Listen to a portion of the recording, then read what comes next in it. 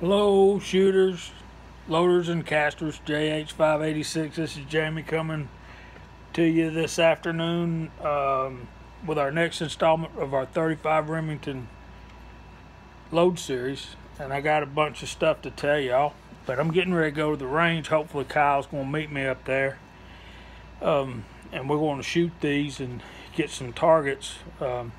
Unfortunately, we don't have a chronograph to use this time. What we got here is some loaded up 35 Remingtons.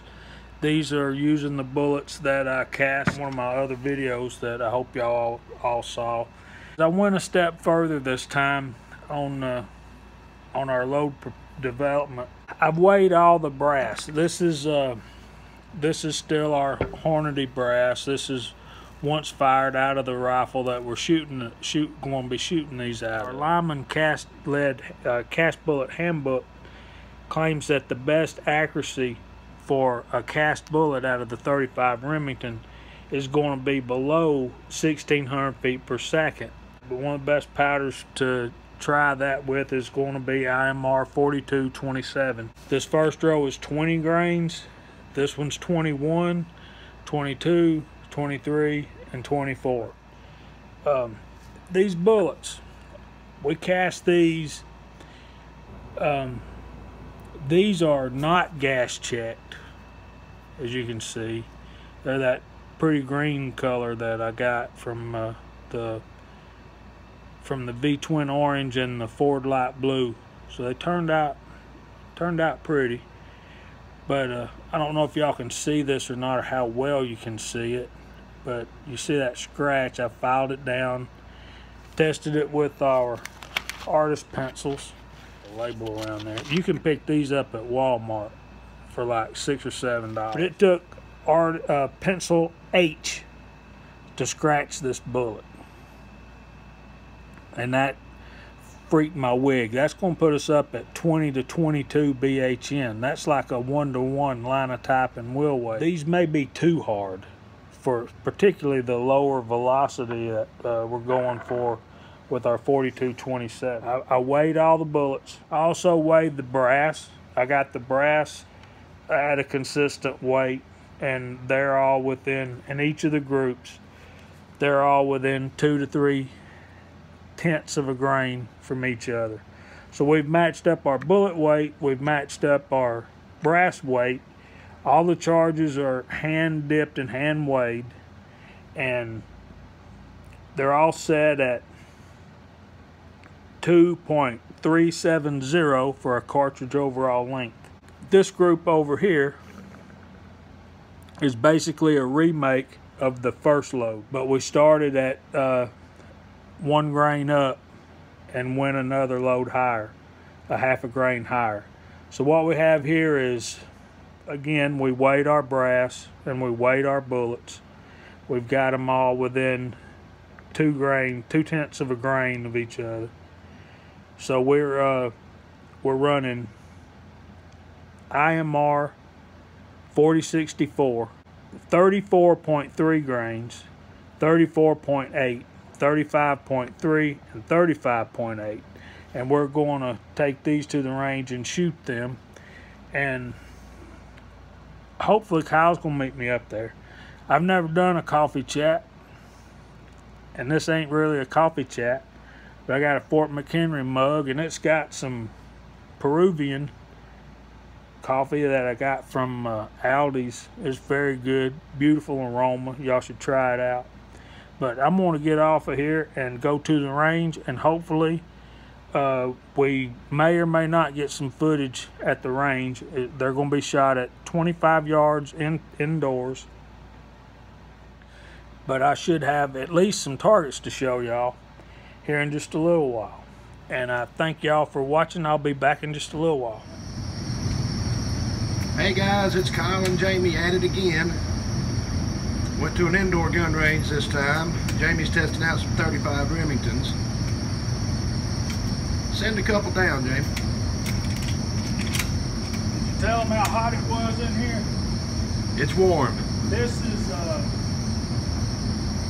is 35.3 grains of 4064. don't have a tripod today, so we freehanded it. Never mind.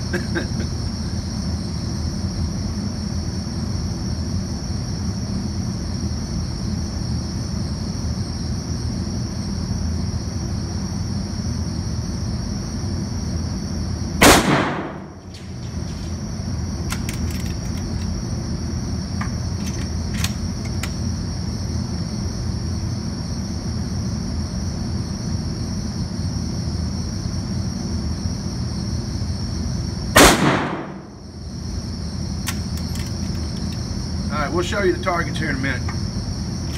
Okay, here we are. We're back at the man cave now, and I got the targets. This is our first group. This is 20 grains of 4227. You see it didn't do too well. That was the first shot. And then that. Let's just, let me just measure. I got my caliper from center to center. That is .887. And that one's about the same. But the second group here with 21 grains of 4227, you see got one dead in the bullseye. Just about 5 bullets in one jagged hole. More centered, .922. So we got to record all this data. This is our third group, 22 grains of 4227. That's not too bad. But you also got to bear in mind, this is only 25 yards, but we've got 3 in one jagged hole here. And then that one and that one. And then the 23 grains opened up a pretty good bit.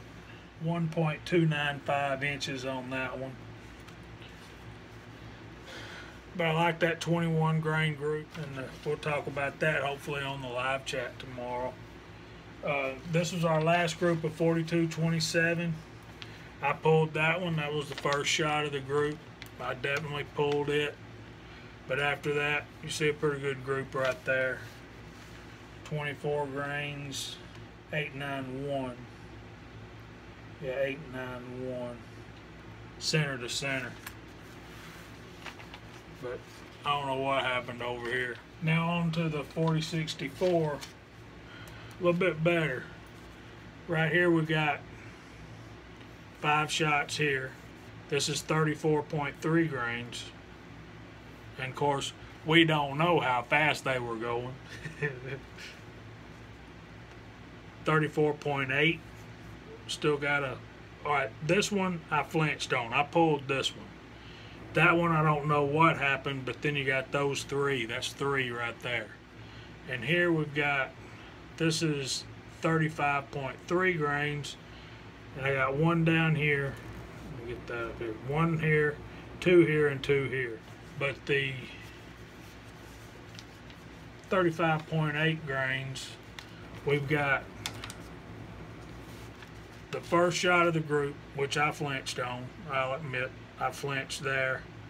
And we got 2 in this hole, 2 in this hole. So let's do some measuring. That first group of 34.3 grains is 1.325.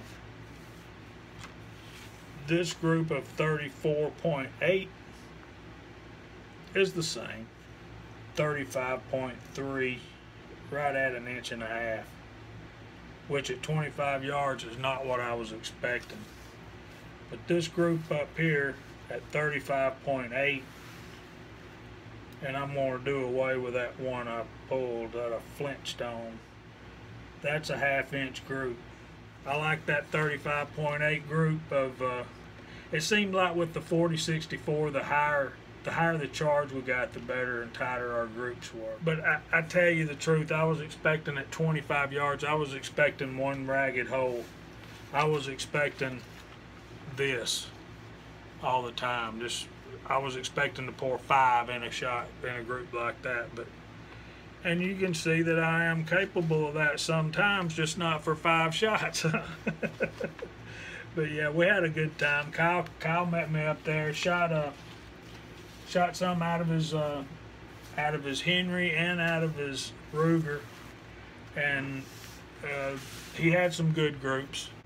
he brought those factory rounds that we shot up there at the field, and he shot one.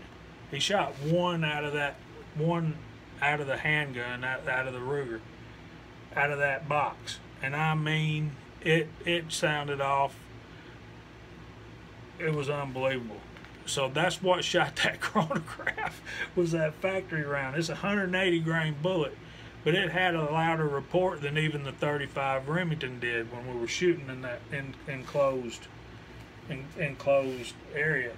Now you can see the box right here. I've still got them lined up in the groups like Johnny's Reloading bench does, and I really see no signs of pressure at all till we get up to this hottest 2 loads of the 4064.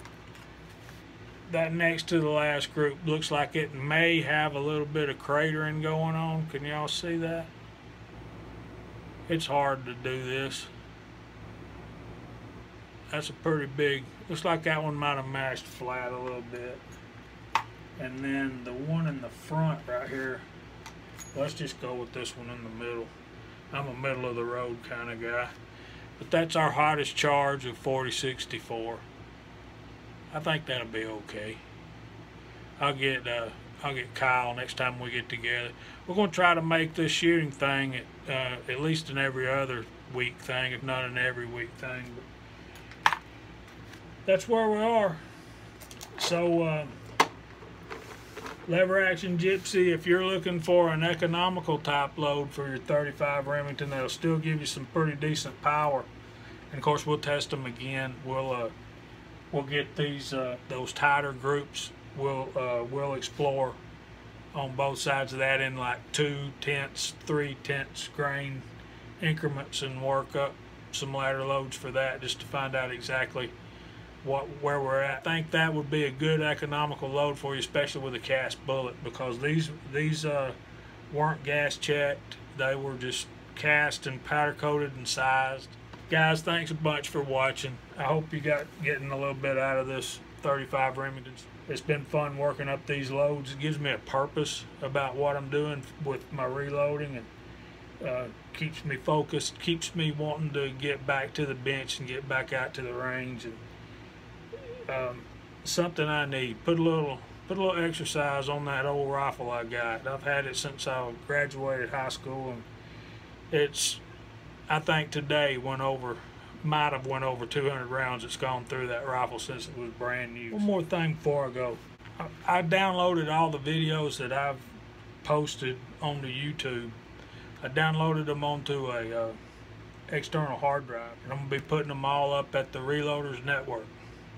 And that's I've written my first article for the Reloaders Network. I hope y'all all go over there and check it out. Thank Mr. Bacon for getting that started.